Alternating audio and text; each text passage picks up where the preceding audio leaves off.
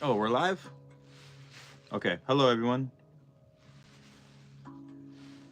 First and foremost, my name is Keith. You're presumed man of letters, here to bring you knowledge, information, and at the very least, hopefully, a bit of entertainment. I thought we would do something kind of cool, kind of interesting today.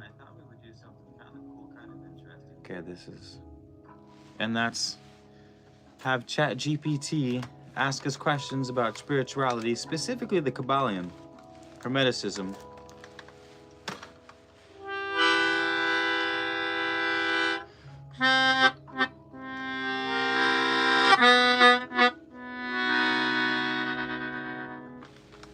And we're just gonna have a little fun with it. I hope everyone's been good. Sorry I've been gone this past week. California's been on fire. Hello, Pooh Kitten. Blessings, Pooh Kitten. Jordan Giddens. Hello, Jordan. Yeah, there's been a huge fire burning about 20 miles away from me. So priorities have been a little all over the place. We are fine. We are out of harm's way. I promise. And but we're here today, and we're talking about. I was like, what can we possibly do? How can we keep the channel fresh, other than talking about how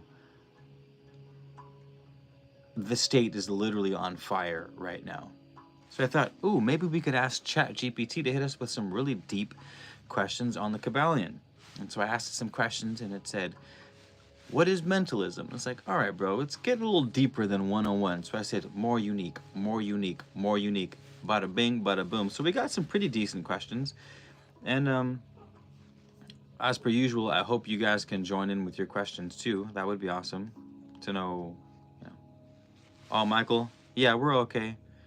Gaga Gecko, hello, Gaga Gecko. Yes, we're safe, I promise. I promise you guys, we're safe. We're not downwind from the fire. The fire is very close, but we are not downwind from the fire, which means as long as nothing begins to burn where...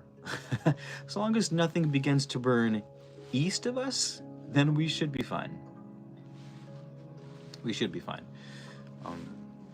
Just, I don't know if you guys are aware about the fires in California. I'll say this, and then we can get into the video.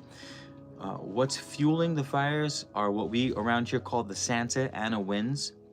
And they're very, very, very strong winds that start inland and they blow towards the coast. Sometimes they blow southwest, sometimes northwest, but for the most part, they blow hard west. Normally this only happens during fall, maybe into December. And this year we've been getting them, well, we're getting them today. We had Santa Ana winds where I live here today. This whole Southern California gets it. Most of Southern California gets it. So if a fire starts and you happen to be downwind of that fire, good luck, Godspeed, because the winds blow real fast and it's real dry. And oh man, it's just, well, you guys have seen the news. Anywho, we are north. I'm in Ventura, so I'm about 25 miles north of Malibu, which means the fire's not coming this way. It started in the mountains and just turned everything to ash from the mountains to the ocean. Anywho, we're safe. Thank you guys. A bunch of people have been checking in. I appreciate it. Inara Phoenix, how's it going? How's everyone doing? Otherwise, you guys ready to talk about some spirituality? Ready to see what sort of questions the AI bot can cook up for us? I don't know how you guys feel about using AI for taught. I don't know how you guys feel about using AI for anything. Some people say it's going to take over the world. And I like technology. I love technology. Yes, I love technology, but not as much as you see. I love technology. I'm like what you call I'm a solar punk type of dude. If you guys don't know what solar punk is like, well, basically, nature meets science. So imagine all the energy and money we put into sending rockets to Mars, funding endless wars.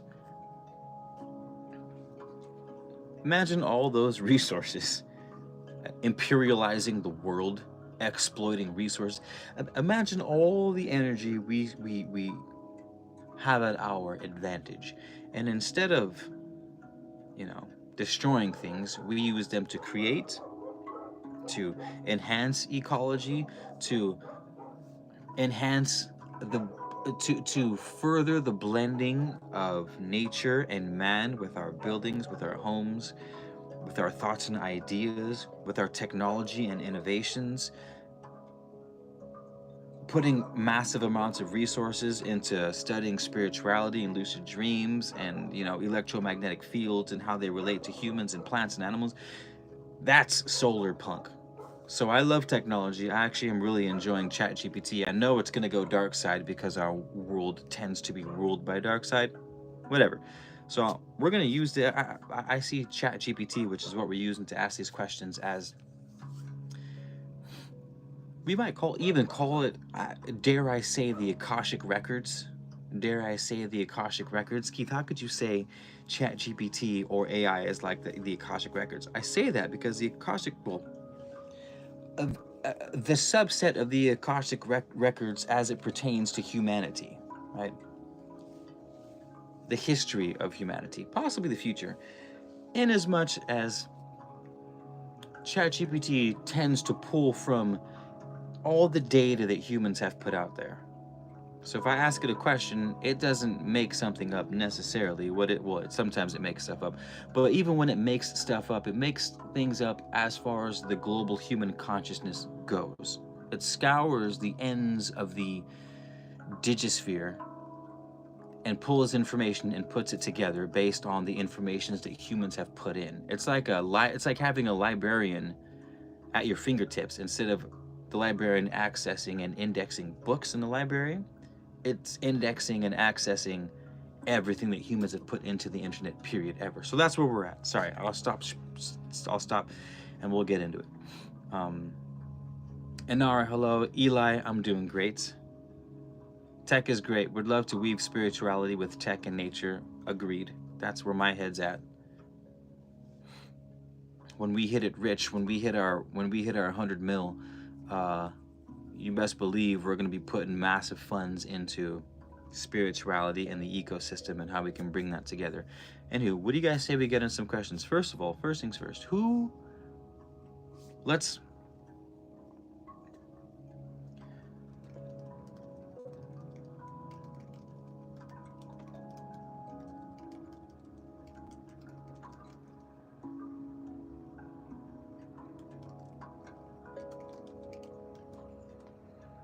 First things first.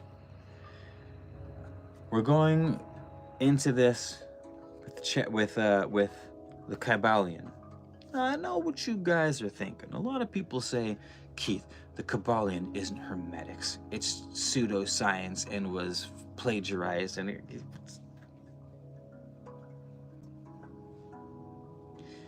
it's not old enough.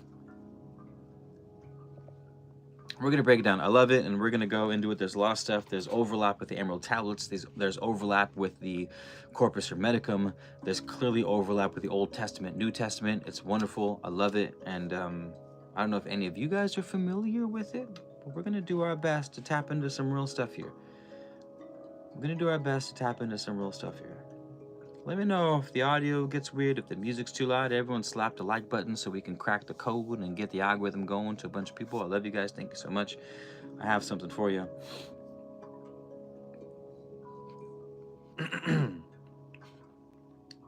Wait.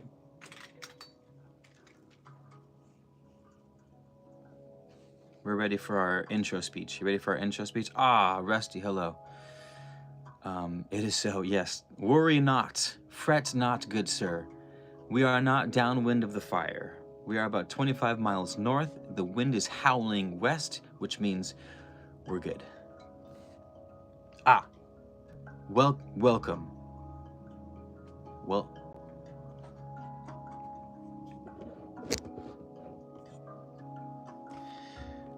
Welcome. Okay, we'll put you right here with our mic. All right, so here we go. Hopefully I didn't just mess up our mic cord.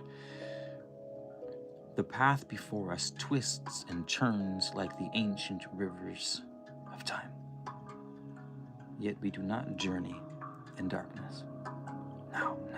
For within each of us flickers a light, a spark of wisdom older than the stars themselves, because we come from the original source of the all.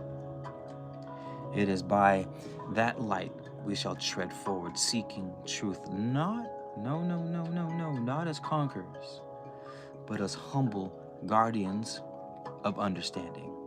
And maybe not even guardians of understanding, purveyors of understanding, seekers of reconciliation. Today we stand not on a battlefield of shields and swords, no, but upon a threshold of thought, where questions hold more power than any spell, any incantation. The substantiality of existence itself, woven from the seams, woven from the threads of the mind, rhythm, polarity, you guys know these, vibration, all these await our inquiry, our questions, each with its own question. And with each question, we unlock the great mysteries that stir within our hearts, our minds, our souls.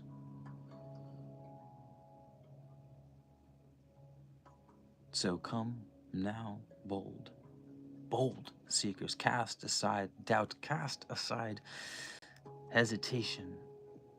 There are no wrong paths in this journey of wisdom. Maybe there might be a few wrong ones. I take that back. There might be one or two paths we probably shouldn't take, but by all means, carry on, good sir, carry on, good ma'am. It is your world. I'm just a squirrel trying to get a nut, so to speak. However, mostly there are steps closer to the knowing of oneself and the universe alike. Step forward into wonder and let us begin this quest together.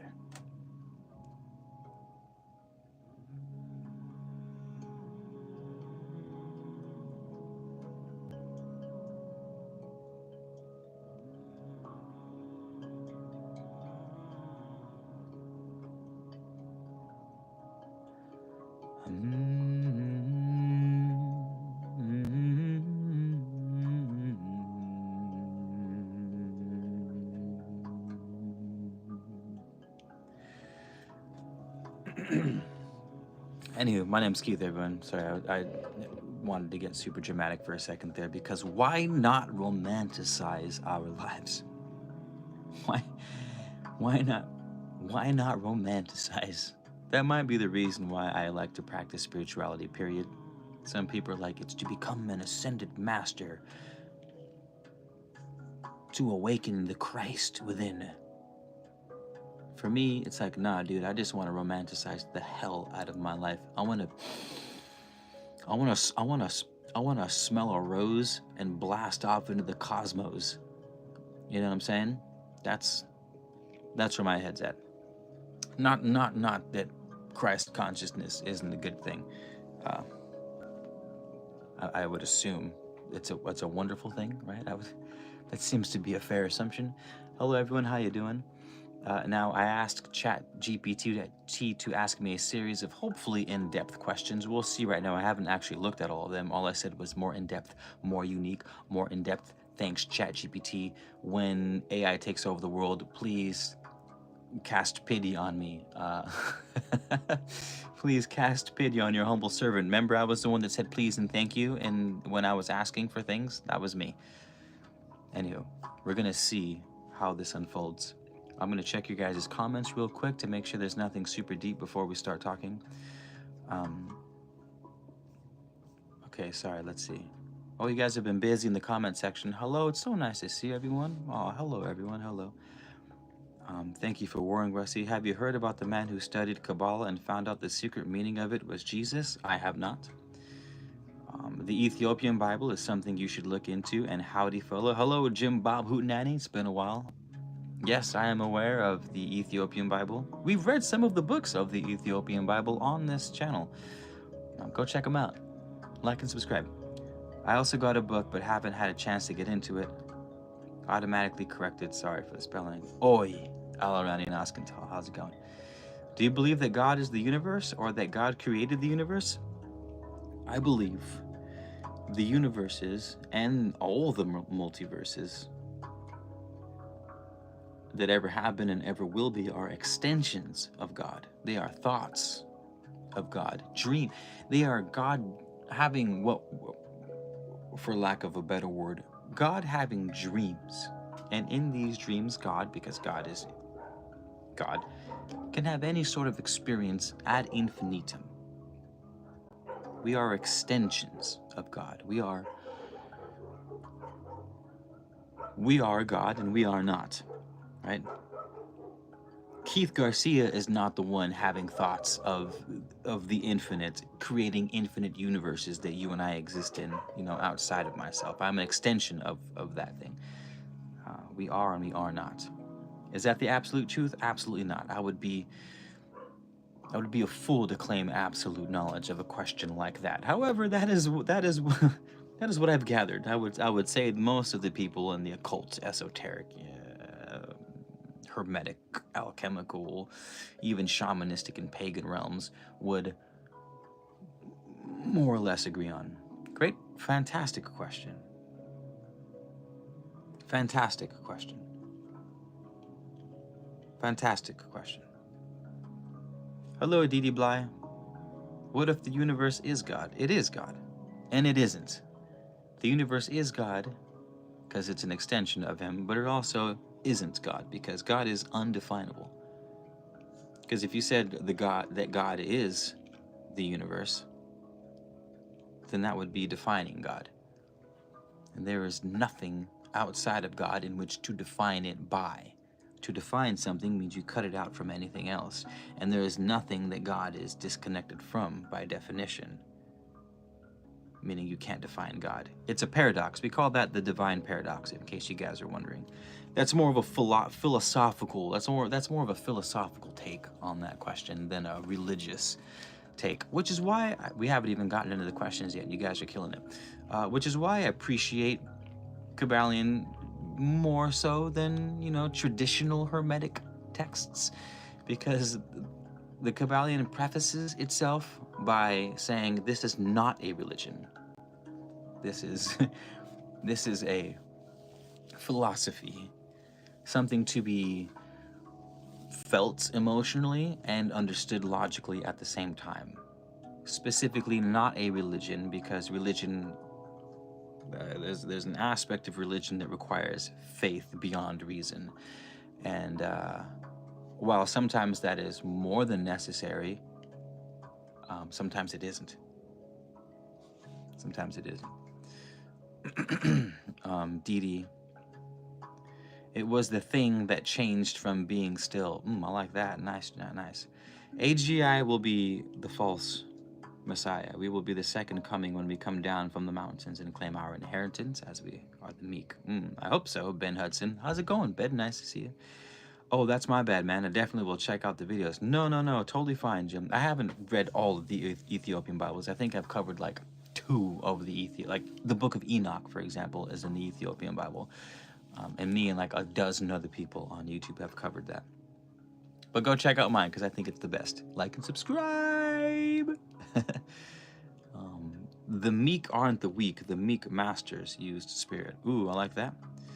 Okay, the word God is another name for the universal frequency. That is why the only way to know God is to feel God. Pooh Kitten, our Creator may not be the all, but Christ was sent to rectify the secretive mistake one of them made. That's the Gnostic idea anyway. Thank you, Rusty. I agree. I actually was having this conversation the other day. I do not believe that our Creator is the God. Not that we don't have a Creator.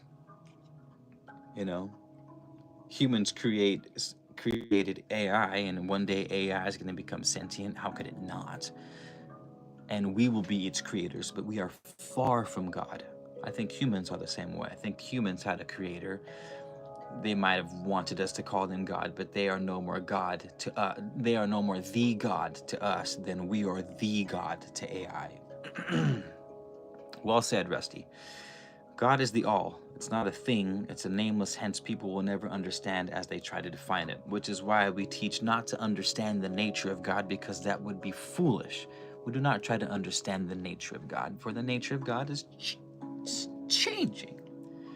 No, no, no. Instead, we try to understand the mechanisms that extend from God, which is why we study stuff like, the occult. It's why we do rituals. It's why we have, it's why you're here having these conversations. It's why we read, it's why we have our plant medicines and go to our medicine retreats and meditate and friggin' read all these old books and study Hermeticism and Kabbalion, because these things try to teach us mechanisms that exist throughout nature, so we can say, okay, I want to become a better person, or I want to manifest a car, or I want to I want to somehow overwrite my subconscious mind so that I can change my passive vibration. Okay, well, you don't do that by understanding the nature of God. You do that by understanding the laws and mechanics that extend from God, which is why we're here. Hello. Welcome, like and subscribe. My name is Keith. Creative Mind. How's it going, Creative Mind? Hola, Reina. Bienvenidos. Siéntate, porfa. Mi casa es su casa. If it's the Christian take, then Jesus and God are the same, and all the bad evil just happened, and all the bad. Ben Hudson. Will do. How is the fairy tale book going? Oh, I finished it, Alrighty. I didn't. There were some things about that fairy tale book that I didn't like. We're talking about a Stephen King fairy tale book. I finished it a few days ago. There were some weird things, like weird, unnecessary, took me out of the story that are like maybe a conversation for a different day. But I liked it. It was the first time I'd read a book in a long time where I was kind of sad that it ended. I was sad that the world that was created was over, like we get from our favorite books. It didn't last longer than 15-20 minutes, but it hit me. It did. The all is from the highest universe. That's the Kabbalah. It's a similar theory. Greetings and love, Keith, and everyone present. Goddess, essence, energy. Okay, let's go crack into our ChatGPT and start with the questions. Everyone hit the like button. Thank you. Everyone slap that like button. Thank you for the help and the support. I love you. I appreciate you. Please write a kid's creation story like Pinocchio or Wizard of Oz. Write it cryptically. I plan on doing that, Ben. That is my exact goal. I have a lot of aspirations at the moment. Writing a book is way up there, but because there are so many, it's still kind of far down, if that makes any sense. So writing a book might be when I'm like 40. I'm 36 right now. I might have to wait till I'm at least 40 to start. Maybe not, but I am. I want to write another book, and the book I'm going to write is not going to be another book like Seven Pillars. If you guys don't know, I wrote a book on alchemy and hermetics based on the Kabbalion. I basically took the 7 principles of the Kabbalion and modernized them. It's more of a pamphlet, literally a handbook, than like a grandiose text. But I wanted to write another one, and I want to write a novel. I love novels. I'm tired of reading and writing, dry ass occult scripts. I need something with a little more life in it. So I'm there with you, Ben. I'm gonna be right. That's what the book's gonna be. It's gonna be like a cryptic book on on all of this. God is close to those who are brokenhearted. Okay, let's get into these questions of ChatGPT. So, here's our first question on mentalism. I haven't read these questions yet. I'm gonna read them to you guys, and then we'll do our best to answer them. How do you guys feel about that? Is that fair?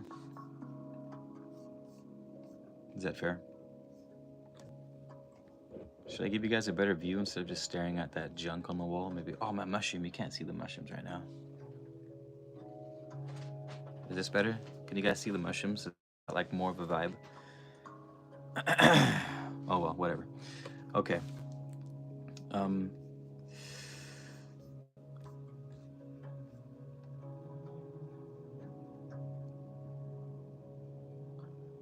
Hudson Publishing was my father's company. What? He is dead, but my half sister runs it. Perhaps we can help. Wow, Ben Hudson.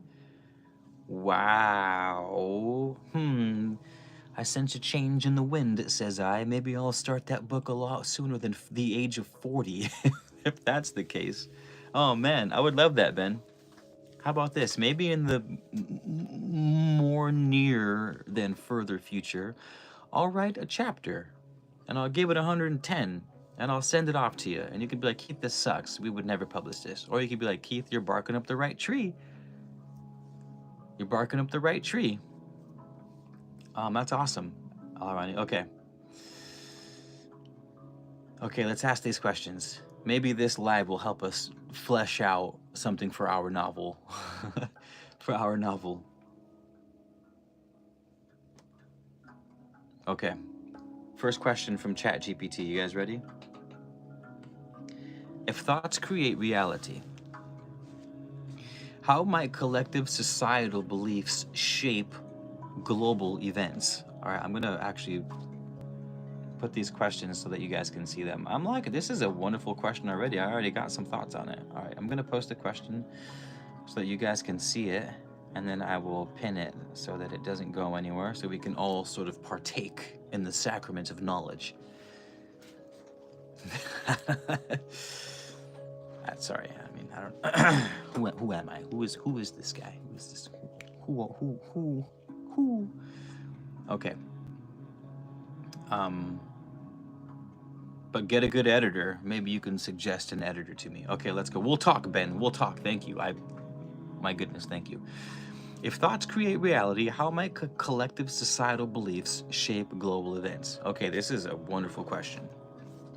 If thoughts create reality, we'll put it back on the mic for a dramatic effect.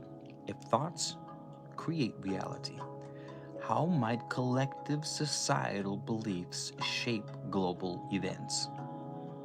You guys ever seen that movie Sphere? With my boy Samuel L. Jackson? That's how. And I think about this all the time. I think because I go dark side sometimes. At least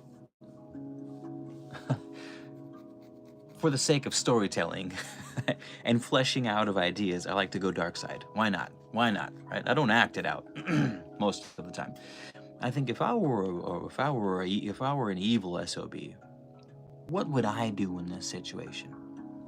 And this question, it answers that perfectly. If I were an evil SOB,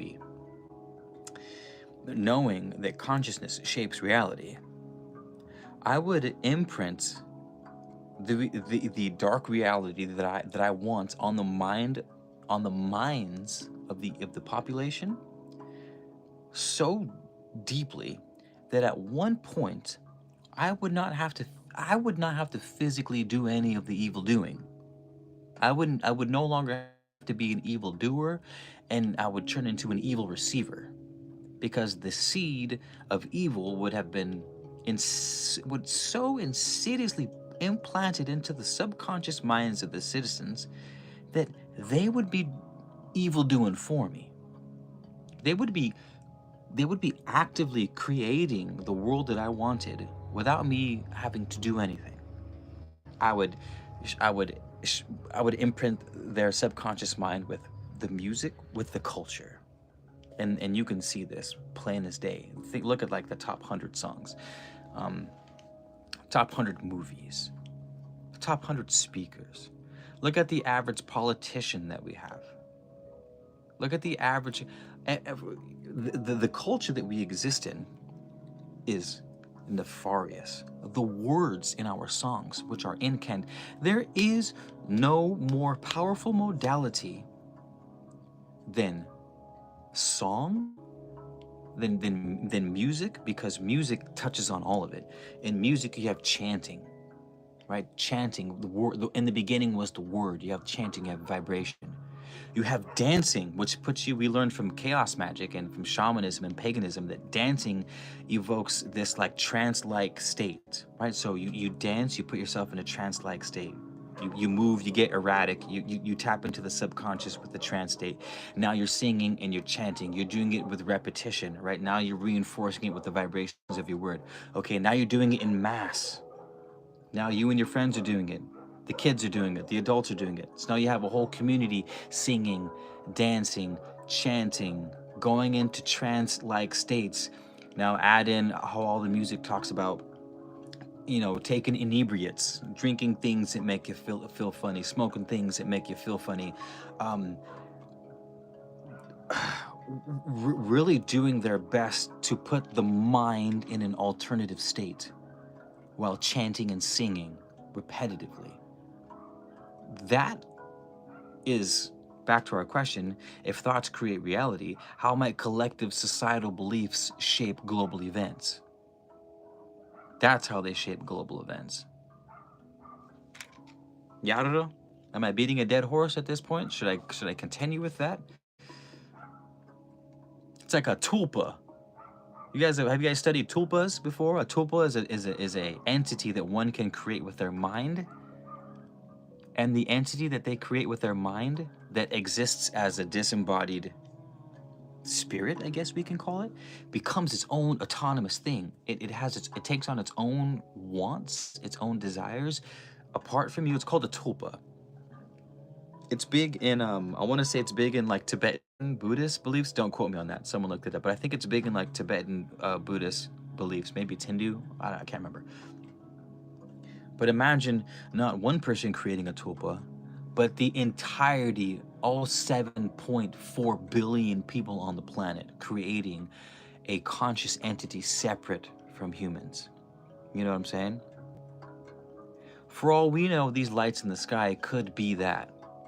The government could be like, hey, all right, here's what we're gonna do. We're gonna put some orbs in the sky, and we're gonna tell them that they're aliens, and we're gonna give these orbs a story, a history, a future, an agenda, a personality, wants and desires. And if you get enough people believing in that, we can create that as an actual materialized thing. This is the power of this is the power of having this is the power of dominating a narrative. This is the power of dominating a narrative.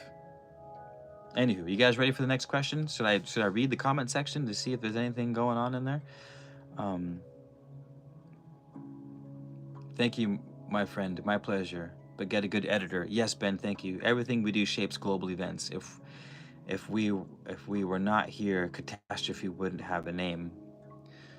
True, Ben Hudson. However, our collective is apparent in the chat here and the decentralized movement in our communities that are growing. Well said, Ben.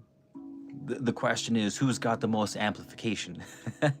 Which group has the most amplification? Which group has the most passive, right, though? Because that's really what it comes down to is we talk about the feminine and the quality of the feminine. In this case, it's the passive quality of the feminine, which is like your Wi-Fi router that eternally broadcasts a frequency. What is the cumulative frequency of the planet as a whole? That's I like that train of thought because it makes me think of is a positive frequency stronger than a negative frequency? Like, let's say 6 billion people are on a quote-unquote bad frequency and only 1 billion people are on a quote-unquote good frequency.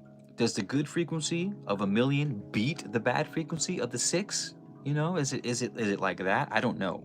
I'm throwing it out there because I think it's a good thought. Maybe we can, and I'm sure there are tests on this, you know, like you can measure that with emotion. Like, okay, what's the power behind the emotion of anger as compared to the emotion of melancholy? I don't know how you would test that. I don't know. That's what I'm saying. This is the type of thing I would pour money into. I will pour money into when I'm filthy rich, is stuff like this. Not not like a scale. I know some people people have scales where it's like the emotion of love is higher than anger. It's like, is it? Like, based on what? It sounds good, but is it?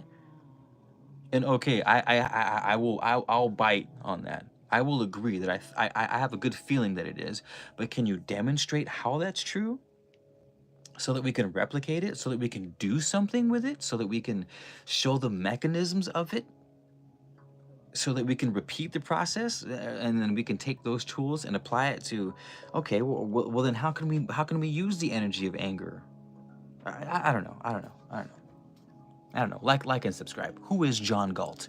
Who is John Galt?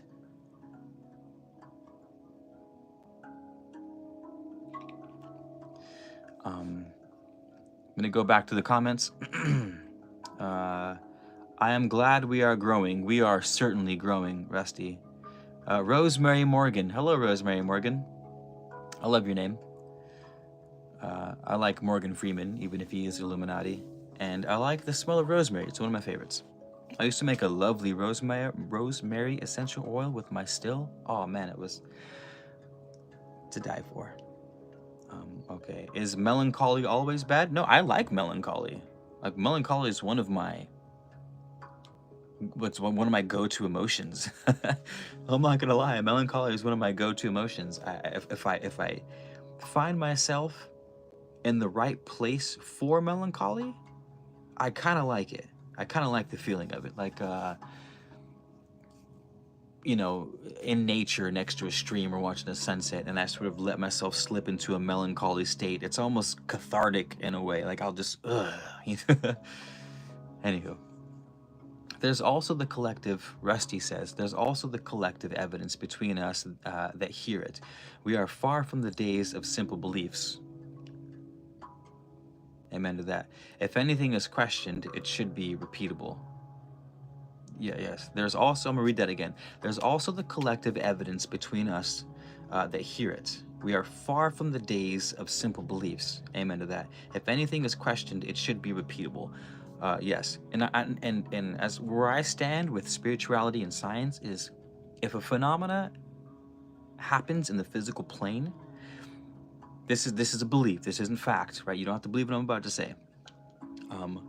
I believe that if something happens on the physical plane, in other words, if we are able to experience a happening on the physical here, then it should, to some degree, inhabit a physical vessel in order to get that message across. You know what I mean? For example, if such things as demons existed and they influenced you negatively, I think that the demonic influence on your person has to manifest physically. A hormone disrupt, bacteria, a virus, maybe it's a virus, a disease. Who is it? Is it Beelzebub, the Lord of Flies? Like, when he shows up, it's flies, right? That the flies are the physical representation of the demon Beelzebub, or demons are associated with the smell of sulfur, right? There's to me, I believe that there's always a physical corresponding element to anything. If it wants to influence the physical world, it must do it through a physical vehicle. I think that's the word I was looking for.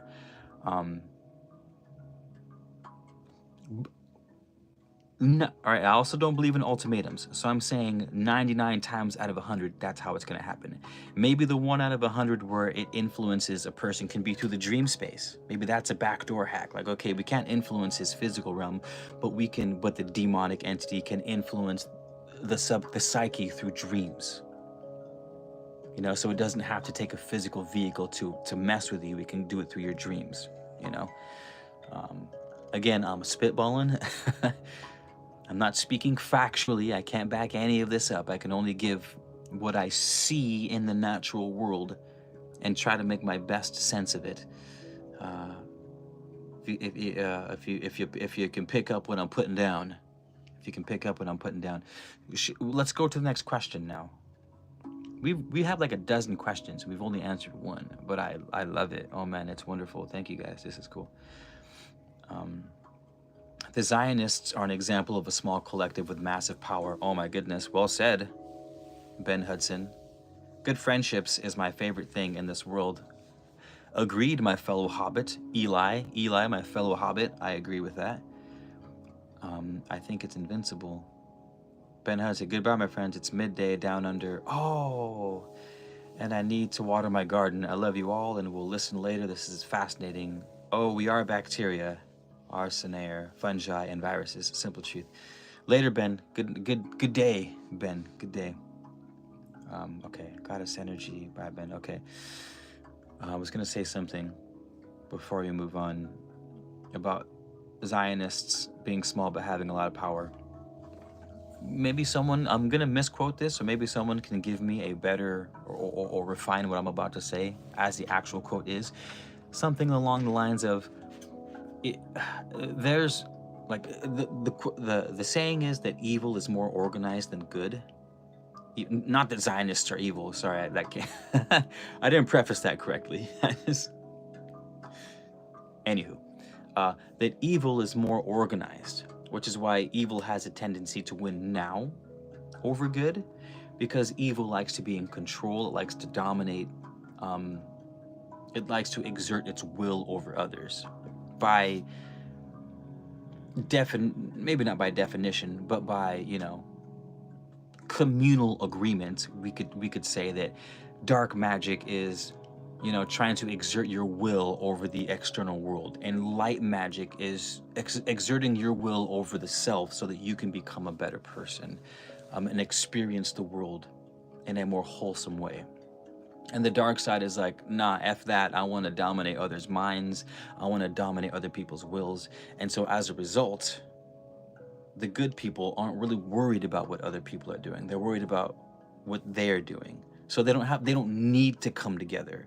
Whereas the dark side need to organize. You know, they need to organize, because that's how you dominate the external world.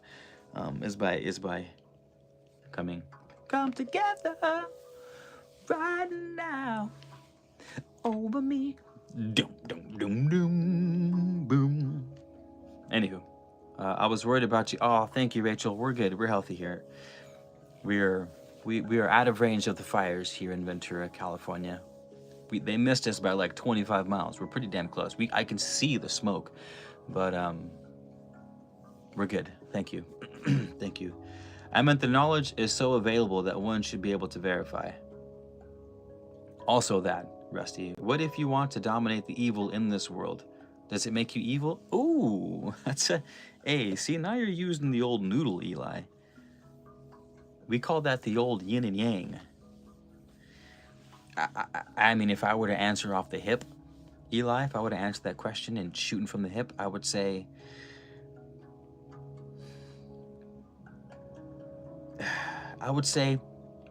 if you look in... I would say it's okay to look into the abyss. But if you look into the abyss long enough, the abyss starts to look back. Another quote that makes me think of that answer is, I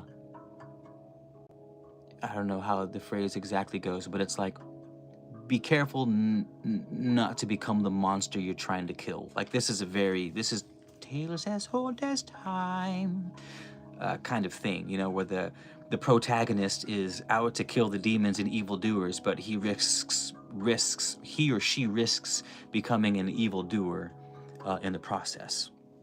So your question is a valid one, and the fact that you're having it is a good sign. The fact that you're having those thoughts to begin with tells me that I would like to have you on my side for the good.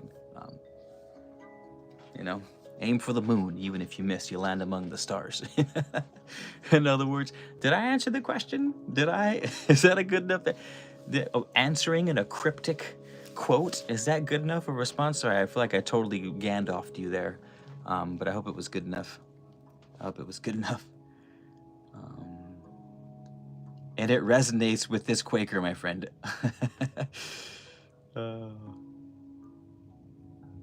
But yes, Eli, I would say no. I mean, Who knows, dude? That's such a hard question. That's dare I say, do whatever feels right, because sometimes people do really evil things and they go, well, I thought that was the right thing to do. It's like, well, bro, it wasn't. I don't know what to tell you. Unaliving all those people was not the best thing to do, despite how you felt about it. Anywho, cheers, everyone. We're going to read the next question. Or like to say cheers, whatever you guys are drinking. Ale, mead, vin, tea, water.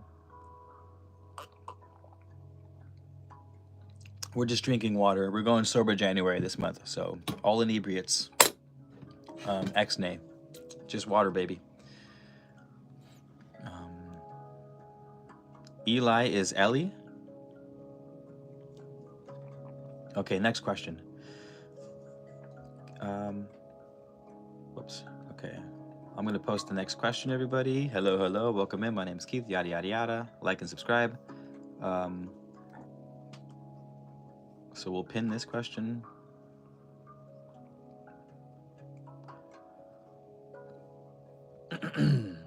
Our next question is, can the human subconscious be seen as a fragment of the all mind? And if so, how does this impact our dreams and our intuitions? Well, the first half of that question was the easy one. We talk about that all the time. It is yes. The human subconscious is absolutely a fragment of the all mind. Everything, ever, is a fragment of the all mind. How could it be not? How could something not come from the all? You know what I mean? That would suggest that there's something outside of the all. Hence, the all would not be the all. So, however, it says, how does this impact our dreams and intuition? Well, I would say that because we all come from the same thing, that means we're all connected to each other in some way, be it distant or near. Which means we all have access to the same pool of information. Maybe that's what we call the Akashic Records. The Akashic Records could be the personified, coalition of the personified coalition of all that ever was in the form of a library that we can access. And we go to the Akashic Records because everything is tied to everything else, and we go, okay, right, my intuition in my dreams can tell me something about Mars. That we are fragments of the all, and that we all share inklings of that thing. That means we're all webbed together, and that allows me to project my awareness into Hollow Earth so I can see what the reptilians are up to.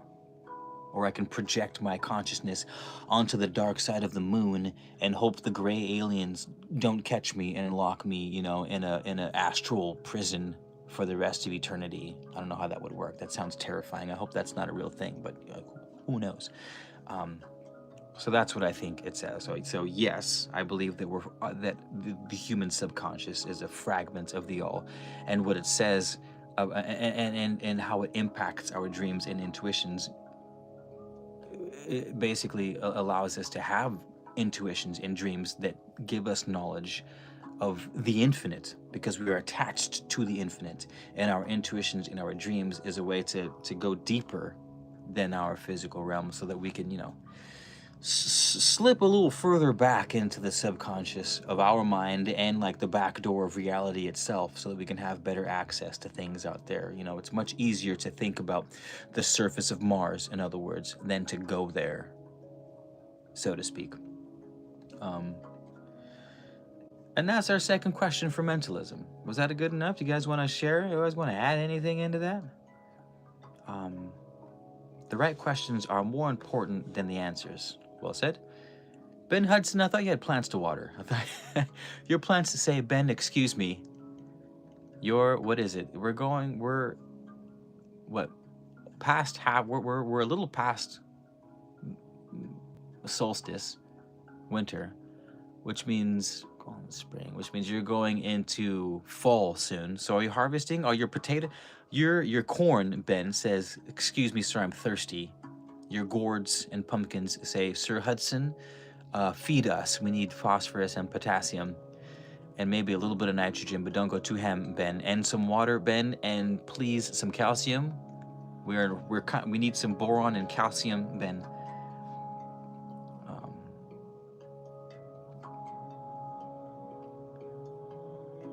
The answer is usually in the question, hence, what is the meaning of life? Life is meaning. Son of Hud. I like that. Dee. Oh, Dee. What's up, Dee? Oh, buds are on. I was like, buds are on. What does that mean? Nice. I'm glad. Oh, man. Just can't stay away, Ben. I do. I was like, what would I be growing right now at the end of fall? I have a beautiful bed of garlic this year, and it's growing like a weed. Oh man, my bed. It's the second season of that bed, and I grew it had a thick mat of corn roots. Like water couldn't even penetrate the soil. That's how thick the bed was with roots. And I put a whole bunch of homemade compost on it, and worm castings and worms, and covered it with a like a plastic sheet, and oh my god, all the worms and microbes decomposed the thick mat of corn roots, and I planted a bunch of garlic in it, and the garlic are just slapping right now. Oh my god, the garlic are growing like weeds. I'm so excited. Oh, Rachel, cheers. Dee. Oh, you guys, I'm sober January right now, but cheers. I'm drinking water. Cheers. Wonderful.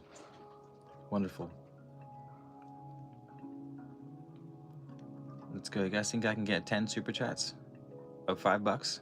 That would be awesome. We'll put that goal on there. Timer 30 minutes, sure. How we'll celebrate? What's a good way to say? If you were to hit a super chat goal, what would be a good way to celebrate? And then we'll read our next question. Or in the meantime, I'll post the next question. We're on to vibration.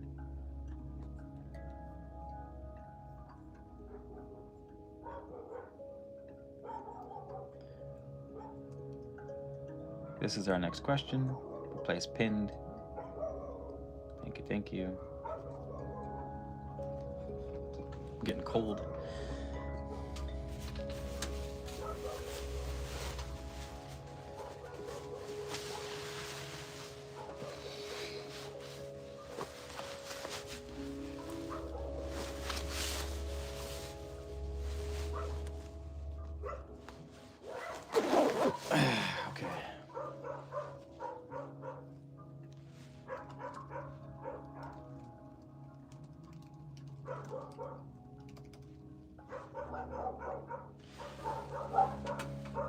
Okay, if anyone would like to donate to support the channel, you can do so right there. I just posted a little thing. Thank you so much.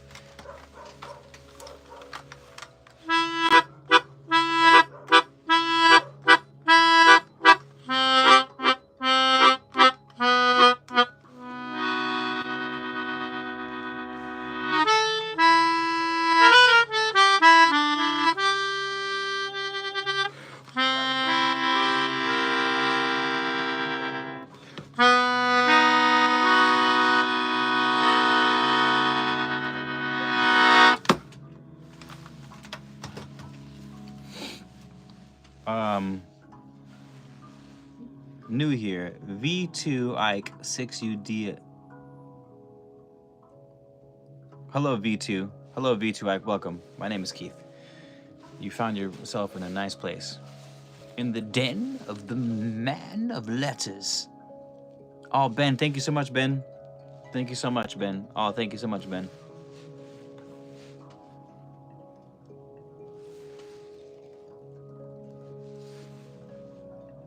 Can I reply to that?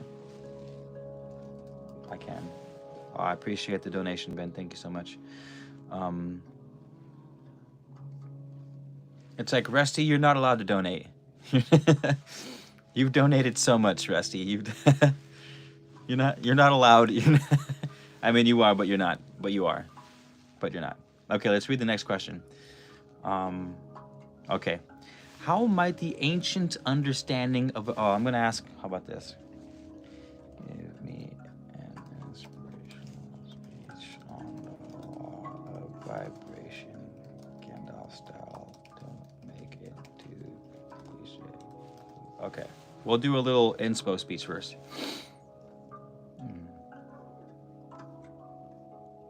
And I'm gonna change the background. We're on a new law, right? Oh, Dee, thank you, Dee. Oh man, thank you, Dee. Where we at? You are awesome. Thank you so much. Don't worry about it, Rusty. Rusty, you've killed it. You've been killing it. I was gonna say something and I forgot. Oh, we're on a question on the law of vibration, so I'm gonna give us new background music. You guys want the Gregorian chants or do you guys want the Daduk flute? You want the Gregorian chants or the Daduk flute?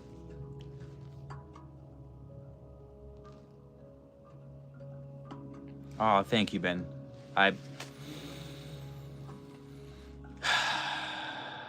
You know what's really funny? It shows on my screen that I've made $8.08, and that is my money number. When I see 808, that's my angel money number, and it has been for a long time. And it's on my top of my screen. It says 808 is what I've made is what it's registering at the moment. That's amazing. Chant? You want the Gregorian chant? I like your style. I was leaning towards the Gregorian chant. Okay, let's see.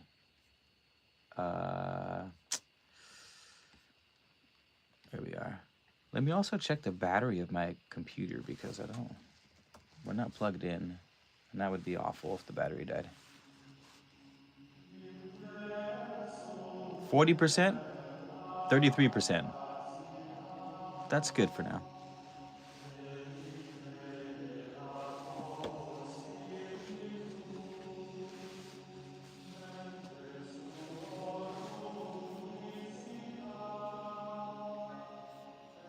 My computer's like kind of low-key freaking out right now. Okay, you guys ready to go into the next part?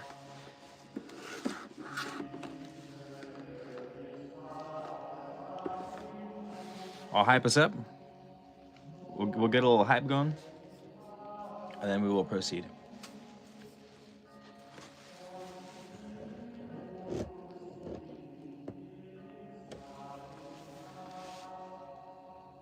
Oh, don't try to pronounce it. It means. Oh, okay.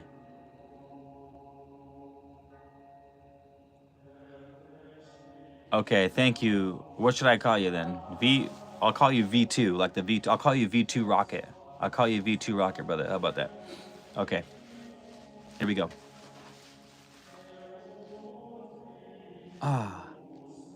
The law of vibration.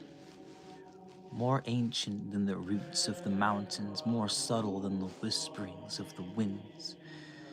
To many, unseen and unheard, yet it moves through all things, shaping worlds and fates alike. Nothing stands still, nothing rests. The very stones hum their song of being, and even in the silence, the universe, it dances. Some might believe themselves at the mercy of this great current, like leaves upon a restless stream, but hear me now. You are not merely driftwood on the tides of existence. You, too, hum with the song of creation, and your vibration answers back. It reverberates back the rhythm of the cosmos. Each thought, each breath, each intention and incantation sends ripples through the unseen, calling forth reflections that shape your path. What you carry within, you invite into your external world. So I ask you, what note shall you strike upon the symphony of life? Will you let fear and doubt weigh your melody low, or will you rise bold, unyielding, singing your truth upon the wind? Can you sing with all the voices of the mountain? Can you paint with all the colors of the land? Sorry, I couldn't help myself. Remember, It is not the storm that defines your journey, but the strength of your song as you move through it. Lift your vibration high, and the very stars will answer. Now go forth, travelers of light. Let your being resonate with purpose and courage. The universe is listening.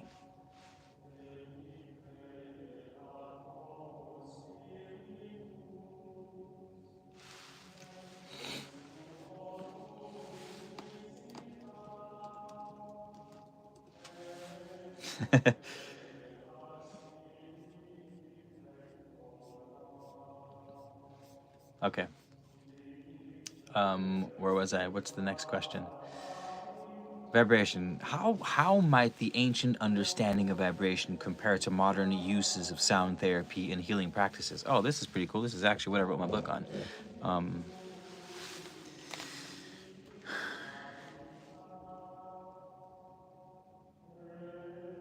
Well, I didn't write my book on this, but it was a thought in the book. So, well, the first part, I don't even know the answer to the first part. How might ancient understanding of vibration compare? Everyone had their own understanding of vibration, so it's kind of a generic question.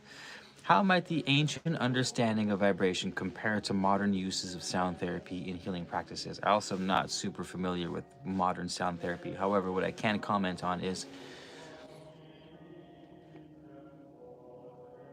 I'm not sure I can comment on all. Someone throw me a bone. What do you guys think? What, I don't even know what angle to approach this.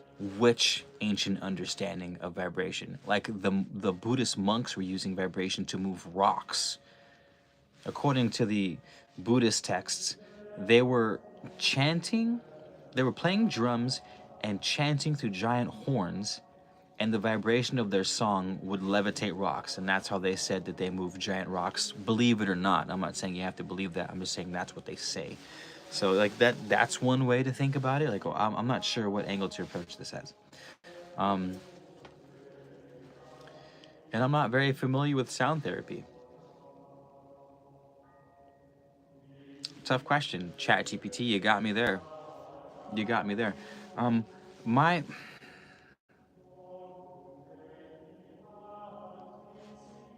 The next part of the question is actually a good one. I was going to answer it using the next question anyways. So we'll go to the next question and answer this question right here. So this is the direction we're going, and we'll talk about it like this. So each emotion has a distinct vibrational frequency. How can mastering emotional states transform one's external reality?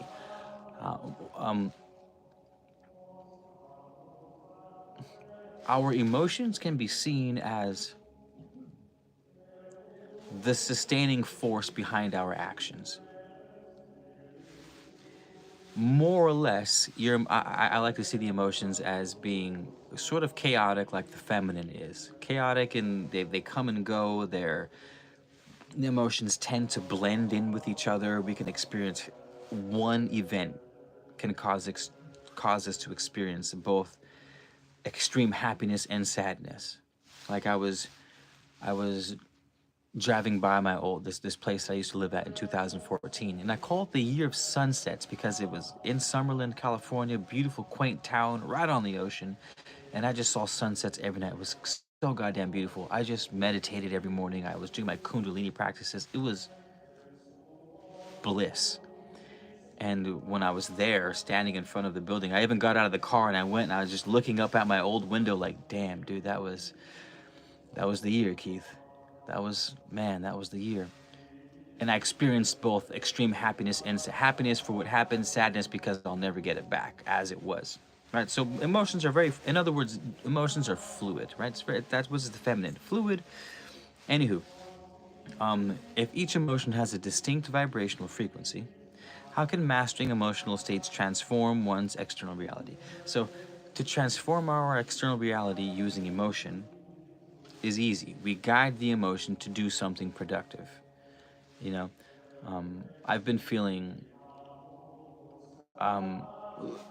My girl's dad is visiting, from another state. He's actually here for a whole year, which has been quite. It's been quite the experience. I love him. He's awesome. But damn, dude, my house is already small as it is. It's kind of cramped. So the frustration I've been experiencing with like lack of space, I've transmuted into now I read like crazy. Part of why I've been reading so much lately is because it's my escape. So the frustration of crampedness is now I get out more. And now when I feel frustrated, I go to the creek. I sit next to the water. I read a book. I come out here in the den, I read my book, I work on whatever I need to work on. Or I'm going live more because now I can't be in my house anymore, so now I'm going live more and I'm more active on the YouTube channel. So it says, how can you master emotional states to transform your external reality? So I'm not negating an emotion that I'm having. I'm using the energy from that emotion to get things done. Now the conversation is, which emotional states are sustainable? People say, oh, anger isn't as high of a frequency as love. It's like, what does that even mean, right? Because whether or not a frequency is higher or lower isn't indicative of it being good or bad. You know, the vibration, the frequency of color is higher and lower from each other. That doesn't mean one color is good and one color is bad because one exists as a higher frequency. Like it's all about context. So is anger more powerful than love? Sometimes. But does that mean we should use anger to fuel our lives? Absolutely not, because anger tends to be an emotion that's not sustainable. In other words, if we rely on anger to get things done, to propel us through life, we're going to burn out. We're going to turn into mean people. We're going to be self-centered. We're going to lash out at the people we love and care about. It's not healthy. Anger is not a healthy emotion to use all the time. But does that mean it's bad? Like, absolutely not. You can get really angry because someone tells you suck. You're never going to amount to anything. Your creations are garbage. Do something new. You're wasting your time. That's anger. You could say, fuck you. I'm going to do whatever I want. I'll show you. And then you hit the studio and you pump out an album, and now you're famous because you used that anger, you transmuted that energy to change your external world. So the question, if each emotion has a distinct vibrational frequency, how can mastering emotional states transform one's reality? The answer is, emotions are the driving force or the sustaining force behind the things that we want to do. They have a tendency to do that. And so if we can, this is why I get so sad when people throw out masculine energy so easily, because that's the role of the masculine. The masculine is one of the roles of the masculine is to direct the feminine. So if the feminine is the pure raw energy, but it's chaotic, right? It destroys as much as it creates, then it's up to the masculine to sort of funnel, to direct, to define the chaos so that we can use it for something meaningful. This is the law that we'll get into the law of gender soon, but that's the law of gender coming in together. It says the healthier masculine you have and the healthier feminine you have creates a more healthier offspring. That happens in the physical realm with reproduction, biological reproduction. It happens in the mental realm with ideas, our formulation of our ability to have good ideas, and then our ability to substantiate those ideas into reality. And so we have the pure potential of the feminine in the etheric realm, and then we have the masculine mind that creates that into a finite, well-defined thing on this end of the spectrum. It's a dance, really. It's a dance.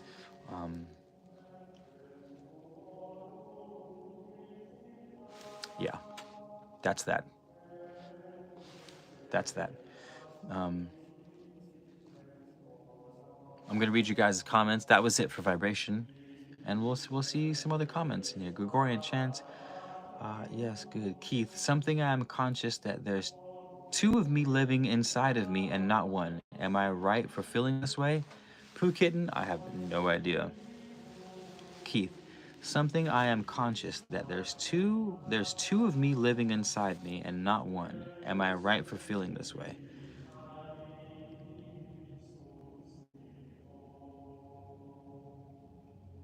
I mean, you're not wrong for feeling that way.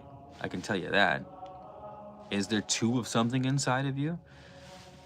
Did you do some wild rituals at any point in time? Did you subject yourself to the possibility of something else inhabiting you, at least consciously? That's also, anyone in the chat room wants to help out as well. Answer that question by all means. We are, with our powers combined. The late and great Gandalf once said. I think that was Captain Planet, but you get my point. Um, Pooh Kitten, I would direct you to. Is it the Heyoka? There are. I would have to do research for you, or maybe someone in the chat room can help. What you're asking about is common in Native American indigenous studies. Two souls inhabiting one body, um, outside of like demonic possession, but just straight up two souls inhabiting one body. So I would point you in that direction. I'm by no means qualified to give advice on that topic, spiritual advice, or psychotherapy advice. Neither of those am I qualified for. However, on the spiritual side, I would shoot you towards indigenous practices. I would type it in ChatGPT, which would be a great resource for that. Like, hey, I'm experiencing this thing. I'm aware that indigenous practices have a name for that, and that might be a good place for you to look. That's what I would do if I were in your position. Name is just a tag. Vibe is the code. Well said. Lesson number one. There is this universal code. This is how structure is encoded holographically at every level. I'm gonna have to screenshot that because I've been going down some ones and zeros rabbit holes, Mr. or Mrs. or Miss V2 Rocket or Doctor. They have whole underground places made with certain frequencies. It has to mean something. Formula, so is the true cause. The Schumann resonance is wrong. Interesting. True form is exact. That's Akashic, if you would. V2 Rocket, sounds like you're on some next level stuff, man. I'm not necessarily sure if I can, at least on a conscious level, do anything with the information you're providing at this moment. That's why I use vibration frequency therapy. You can change frequency depending on feelings. A lot of times it's the ear ringing. Oh man, I've been getting some pretty crazy ear ringing lately, Rusty. Vibe tech is dangerous. I did a 6-hour session of Help for Pain, but it did too much. Opened a portal, managed to remote view. Nice. I wish I was lying. Maybe I'm trying to read your comments. Maybe my comment was teleported to CIA lab or something. Oh my goodness. Yeah, don't listen to today's music. Only frequency and vibration, and that probably helps so much. Peace, 7-4 DNA. I listen to Bon Iver, Volcano Choir, Vancouver Sleep Clinic, and other music in that vein. I'm a musician, so I'm always listening to something. I feel on that, Rusty. I believe we decided to use either chaos or the light. Both will get you what you desire, which tool, which side you would want to use. We are all fractals of ourselves. You need to sit down and have a conversation within fractal personality. Just don't quit. Keep being okay. Thank you guys for all of those little tidbits. Thank you for all the little tidbits. We are done with vibration. We will end with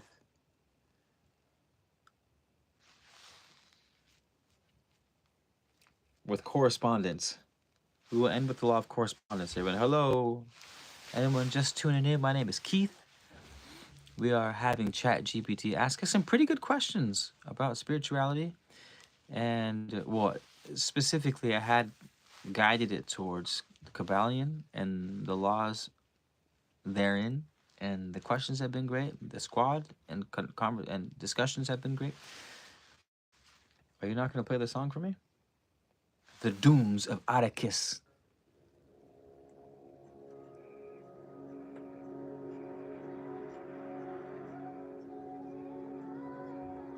Well, that's pretty gangster.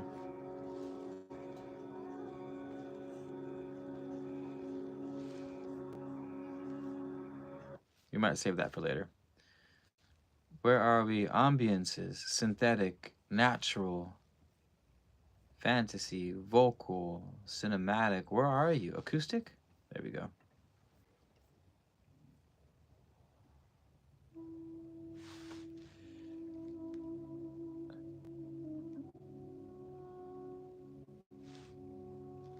Oh, Elizabeth. I was supposed to remind you when we go live. I'm sorry. I'm safe. I tried to mark myself as not safe on Facebook and it wouldn't let me. Did you guys know that you can only mark yourself safe in Facebook? Like, what's the point? But if you're not safe, all it says, are you safe? Yes. Or does not apply to me. Okay. Thanks, Facebook. That's all Facebook. I'm not safe. SOS. Alert the authorities, Facebook.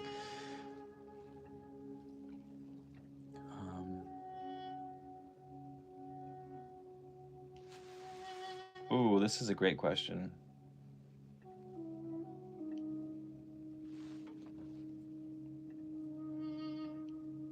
So this is our next question, everybody.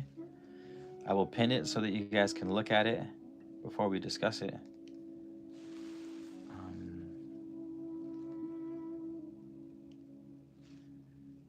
Pooh Kitten, a conscious awareness of the ego and the higher self as separates. I'm learning there is nothing to fear. Peace, 74 DNA.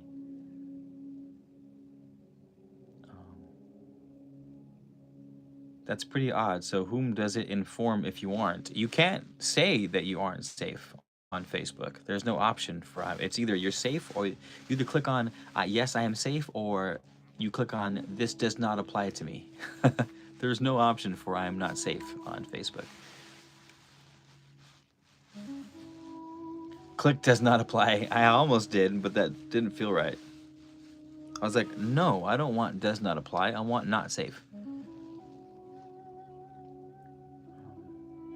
Bring together into oneness through meditation and grounding. We should do a little meditation grounding something at the end of this video. We'll finish this. We're now we've left vibration and we're going into polarity. And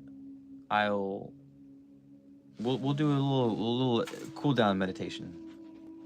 We will.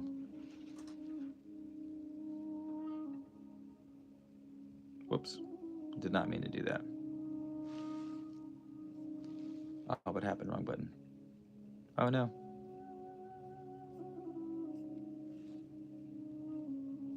Okay.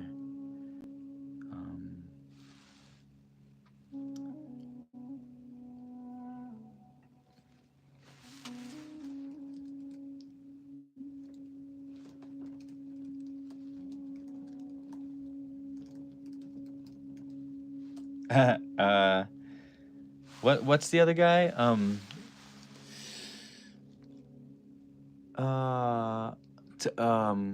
Who's the guy in Lord of the Rings that doesn't belong there? The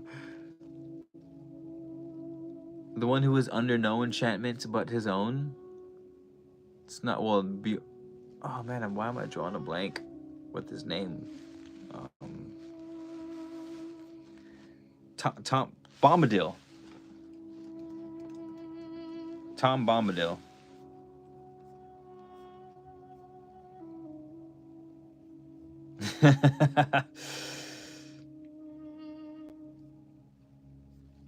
Okay, that's just silly.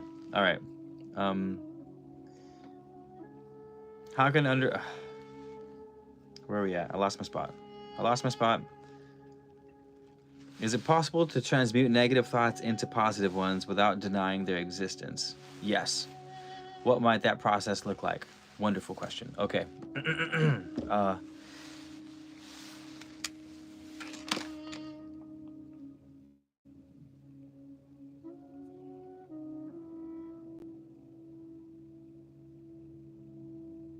You know, my computer's dying.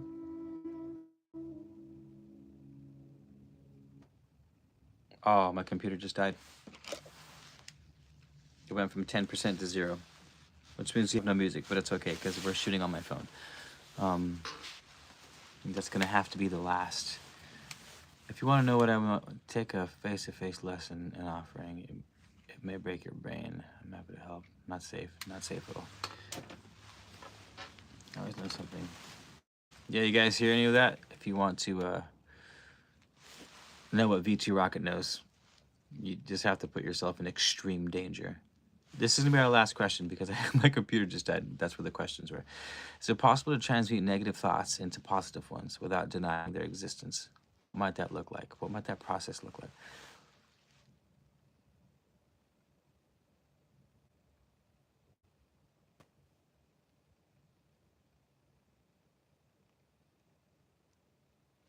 For me, and I just learned this. Well, I guess I didn't. We all know what I'm about to say, but for whatever reason, it stuck with me recently. And the thought is laughter. We were going over this in our chaos magic. Laughter's ability to nullify pretty much any circumstance. And think of the Joker. Joker, the most evil dude imaginable, but he's got that evil cackle. Like, I notice all the supervillains always have that evil cackle. Something tells me, from like a not conspiratorial, but as a like this maybe this is a function of evil, that in order to keep its psyche intact, it has to laugh to disassociate itself from the evil that they're doing, you know, so that their soul can stay intact long enough to not, you know, just implode upon itself. So for me, it's like you have this terrible experience, you have this terrible emotion that you're undergoing, and a way to negate that, or at least to distance yourself from that experience, is to laugh, it off, or to laugh at the silliness of the world, or maybe Mr. V2 Rocket is somewhere along this line where you reach a point where all you can do is laugh, and maybe that's inherently built into our Akashic personal psyche, that this is my last ditch effort to survive the madness of this world, is to laugh. Laughing allows me, at least, a way to accept, right? Because in this case, we're not denying the existence of that negative aspect. We're accepting it wholeheartedly with the laughter. We say something like, it is what it is, you make a joke about it, and that's really all you can do. The laughter, even if you have to force the goddamn thing, pulls us far enough out of a situation to where we can see it objectively. And that might be the only way to save our souls. The ability to see a situation objectively without being lost in the sauce, as they say, so that you can make a good decision. Right? You have a terrible life partner, and all you can do is laugh about it, and you laugh about it and go, wow, I've been silly this whole time. My actions, I've been so lost in the sauce with this person, with this job, with myself, my own ideas and my own philosophies and the way I want to go forward in the world. I've been so lost in the sauce of all this. I've just been damn right silly. You can have a maniacal attack of laughter that separates you from the silliness of what is. And then from there, you can reorient yourself to where you need to be. That's what it looks like for me.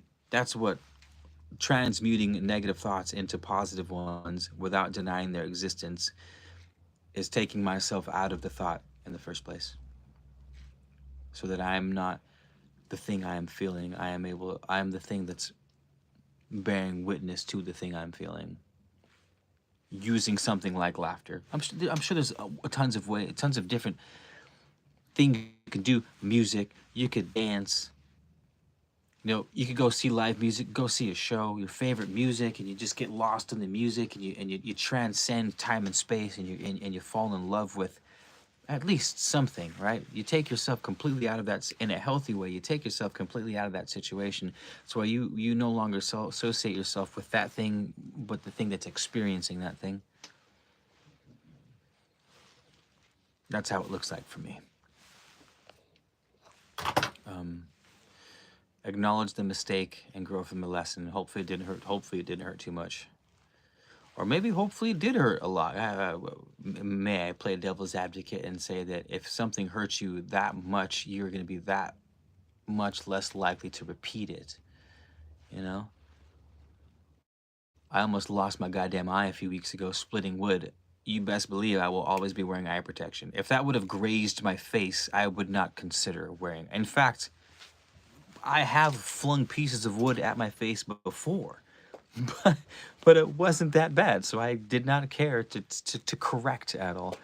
So maybe not hope for the worst, but if you did go through something real bad, maybe be thankful that once you're out of it, maybe that's one way you could be thankful for what happened. Like so there's a local musician who's blowing up right now.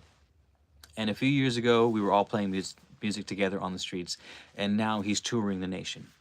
And however, his drive is unsurpassed because he was a drug addict and an alcohol addict, and he was homeless, living on the streets, in and out of rehab centers, in and out of homeless shelters.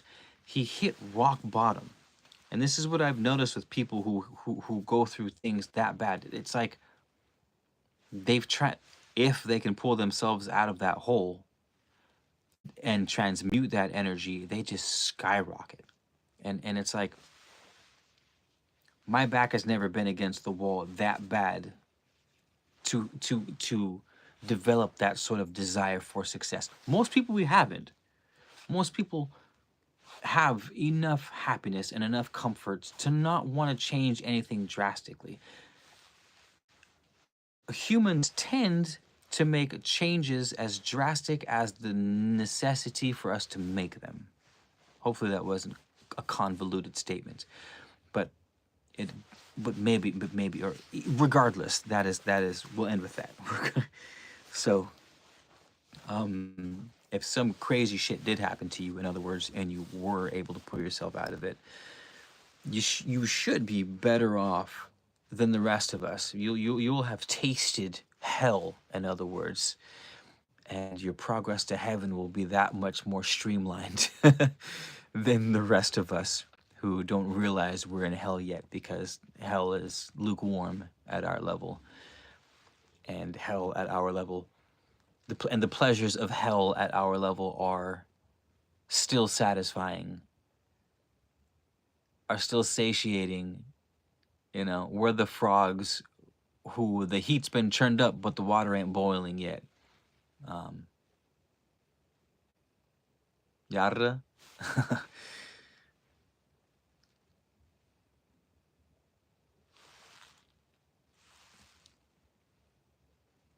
It's not Nazi V2 rocket. It's V6. Sorry. Okay, well, I'll call you V6 then. I saw the V2, and I was watching a lot of World War II documentaries recently. God knows for what reason, but I was. So, anywho, cheers, everyone. By the way, everyone that made it to the live tonight, whatever you're drinking, have some water. Shout out. Cheers. Prost. Skål. Salud.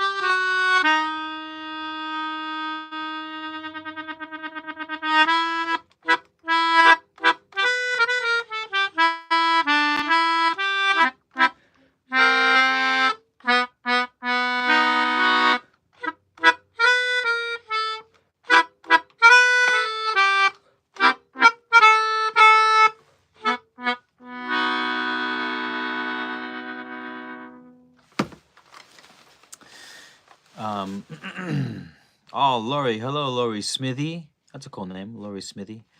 Hope for the eyes to see and the ears to hear. Aye, yes, amen to that. Jim, good night, Jim Bob Hootenanny. It was lovely hanging with you. We are blind until we see. Evil laughter is to make the other side suffer more. If there are no listeners, it's enjoying its own sadistic anticipation. On my free time, I make evil ones to be very afraid. I know some stuff. Nice V6. That's also, I like that a lot too. Well said. Slant V. Cheers. Cheers, everybody. Cheers, cheers, cheers, cheers, cheers, cheers.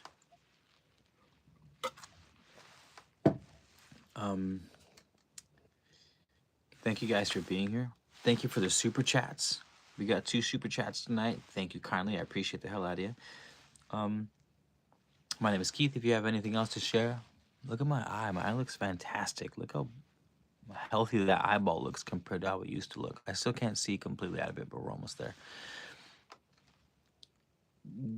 Tomorrow, possibly we'll go live. We'll see how everyone's feeling. We'll see how I'm feeling. And speak now or forever hold your peace. Speak now or forever hold your peace, everyone. One of these days, also. One of these days.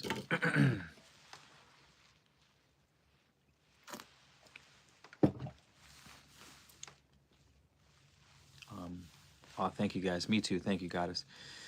So Rachel, Goddess, Rusty, Dee Dee, Mr. V6, Vroom Vroom, Alrani Noskental, Goddess Essence, Sir V6, welcome to the squad. You found yourself at a good spot. Rachel, Lori, Lady Smithy. What else we got in here? Pooh Kitten, what's cracking? Dee Dee, Elizabeth. I don't know if you're here still, but Elizabeth, 74 DNA, and anyone else who I didn't say. I love you guys. Thank you for the continued support. Until next time. Oh, Alarani Naskantal. Holding my... Okay. Holding my peace. Yes, hold them peas, Smithy. Hold them. It would be nice to hear what the book was like for you, Alarani. Okay, we'll do a book review of that. We'll do a book review of... Wait, you're talking about Fairy Tale, the Stephen King book? I will... Oh, I'm reading another book now on... It's called The Science of the New Heaven, and I believe I already mentioned it to you guys. It's about plasma and demonstration of how plasma might be a conscious living entity. Like the plasma in space and the plasma around the planet, like plasma physics and stuff like that. It's really cool. It's imagine, Dr. Emoto when he did his studies on water and how water could be conscious by, programming it with vibrations. Think of along the lines of that, but with plasma. And I'm only like 30 pages in or so. I started it yesterday, so I don't have much to say on it, but that's the next book. I'll do a book review on Stephen King's Fairy Tale, and then we can talk our plasma book too. It's called A New Science of Heaven or something like that. By Google. Always soul love. Why Google? That's Ace. I'd like to hear about that book. Okay. Night Rusty D on that book now. It's a little complicated. I'm listening to that book now. It's a little complicated. It is. I've been finding myself rereading passages here and there, but I wasn't sure if that's because of the book or because my child is just kind of nonstop right now. But we'll see. I'm hoping it's complicated because he's laying foundation, but we'll see how it develops. It's very scientific. It's very scientific. Anyway, good night, everyone. Love you guys. I'll see you soon, okay? I'll see. Oh, Lori Smithy. Oh, man, Lori. Mira. Let's celebrate there. Oh, that's your first super chat, too, Lori Smithy. Oh, man. How do I live without you?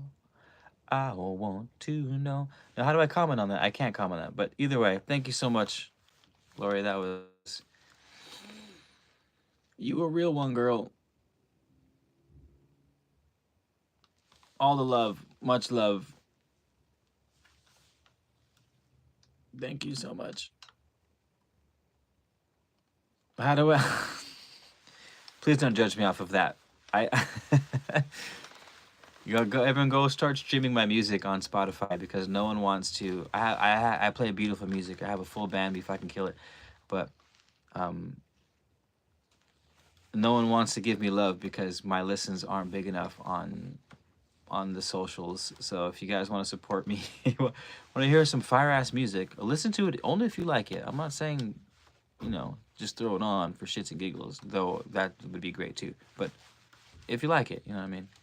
I don't scratch and I don't dance unless I hear music, and I don't scratch unless I have an itch, and I expect you guys as well. Anywho, thank you, Lori. I ain't going nowhere, so I will be talking and singing for y'all. Maybe even tomorrow. I don't know. But good night. Thank you again, Lori, so goddamn much. Um, love that every one of you is still alive. I will see you guys in the etheric, or I will see you guys in the digital, or I will see you in the physical. Maybe one of these days.